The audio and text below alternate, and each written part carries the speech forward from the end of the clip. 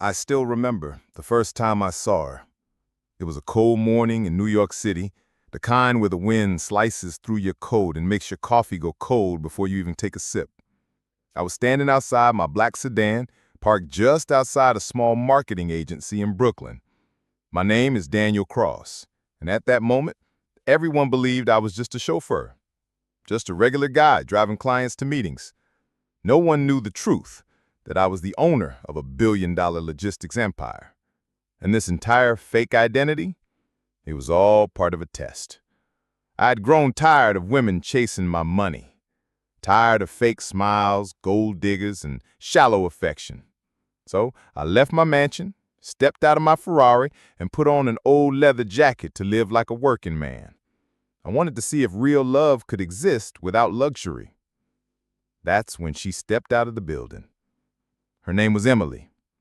She wore a plain white blouse, a long gray coat, and held a half-eaten bagel in one hand. She looked stressed, late, and completely unaware of the effect she had just had by walking by. "You're my ride?" she asked, her voice sharp, her tone impatient. "Yes, ma'am," I replied calmly, opening the back door. She slid in, tapping away on her phone, not even looking up. Over the next few weeks, I drove her almost every day. She worked in the creative department and often stayed late. Some days she was too tired to talk. Other days she couldn't stop talking about her clients, her boss, her dreams, and her frustrations. She had ambition, fire, and pain, the kind that shows in the way someone stares out the window in silence. One rainy night, as I was driving her home, the traffic was worse than usual. She sighed deeply. "You ever feel like you're meant for more, but the world keeps stepping on your throat?" I didn't answer right away. Then I said, "Every day." She looked up at the rearview mirror. For the first time, she really looked at me. I was the beginning. We started talking more. She started sitting in the front seat, brought me coffee sometimes, asked questions, shared memories. I never told her who I really was. I wanted to believe that if someone could love me as a driver, they truly loved me. Weeks turned into months. Our bond grew stronger, and one day she surprised me. "I think you're smarter than you let on, Daniel." I smiled. Maybe I just listened better than most. She laughed. It was the kind of laugh that made the cold world feel warm for a moment. Eventually, I confessed my feelings. We weren't rich. We didn't have much. But she said yes. We moved into a small apartment, shared bills, cooked dinner together. It felt real. It felt perfect. But perfect never lasts.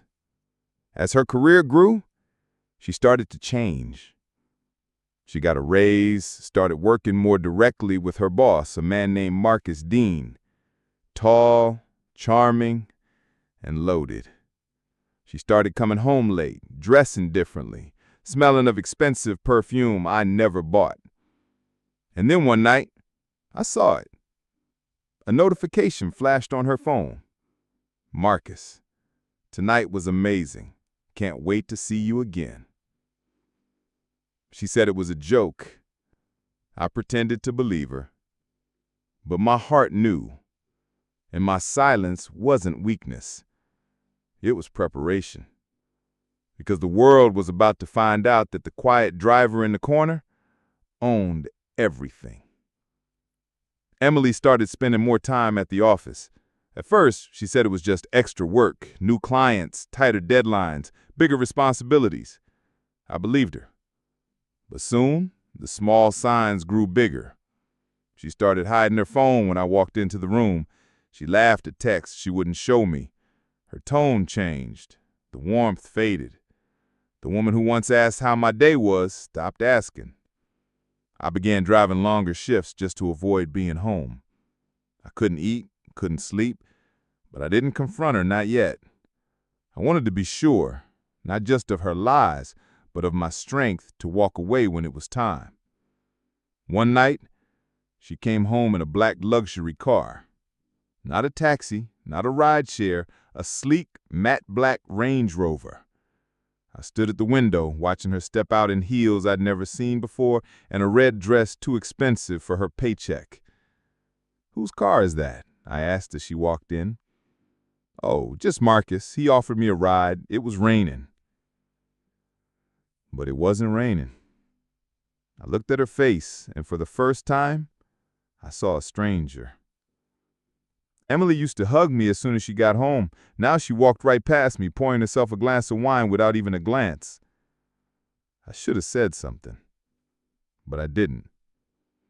Because part of me still hoped she'd realize what she was doing. Part of me still believed she loved me.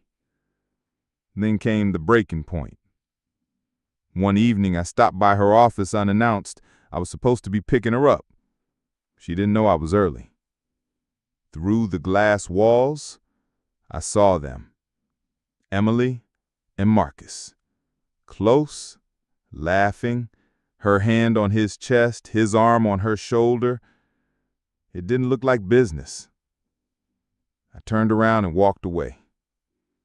I didn't wait for her. I didn't call. I went straight home, packed a small bag, and checked into a hotel. That night, she didn't even ask where I was. The next morning, she texted, "I'm staying at the office tonight. Don't wait up." That was all I needed. My heart didn't break. It stopped waiting. That week, I reactivated my team, my assistants, my board members, my lawyers, everyone who knew me as Daniel Cross, CEO of Crossline Logistics, one of the fastest growing delivery networks in the U.S. No more pretending. While Emily was busy chasing her boss's attention, I was preparing a new investment. Guess where? Marcus Dean's agency. Because what Emily didn't know was that Marcus was drowning in debt, and I had just become his savior and silent owner.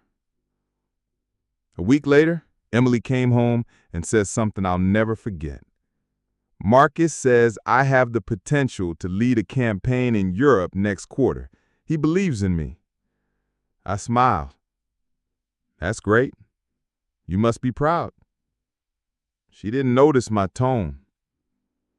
She didn't realize she was talking to the man who now owned the entire company she worked for. And soon, she was going to find out. Emily's confidence grew every day. She walked around the apartment like she owned the world. She no longer asked how I was doing.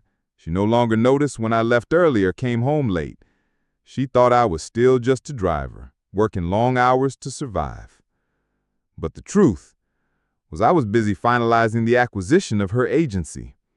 Marcus Dean's company had been struggling financially for months. He'd been hiding it behind fake numbers, investor delays, and flashy presentations. But the real books told a different story, a slow collapse. My lawyers made the deal quick, clean, silent.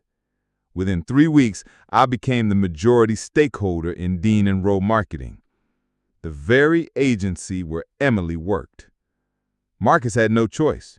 He needed cash, and I had it. He didn't care who owned the shares. He just needed out. I didn't fire anyone. I didn't change the name. But from that moment on, every meeting Marcus scheduled, every campaign Emily worked on, every late-night dinner they shared, all happened under my payroll. I was done chasing truth. I was letting the truth chase her. One evening, Emily came home glowing. Her smile was wide, her eyes sparkling. She said, "Marcus wants me to pitch directly to the European board next month. He says I'm his rising star." I nodded slowly. "That's great. You must be proud." She didn't notice my tone. She didn't realize that she was talking to the man who now owned the entire company she worked for.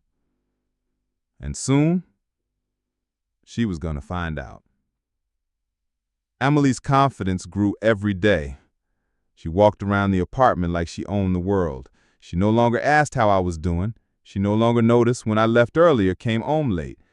She thought I was still just a driver, working long hours to survive.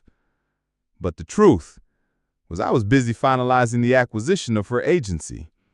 Marcus Dean's company had been struggling financially for months. He'd been hiding it behind fake numbers, investor delays, and flashy presentations.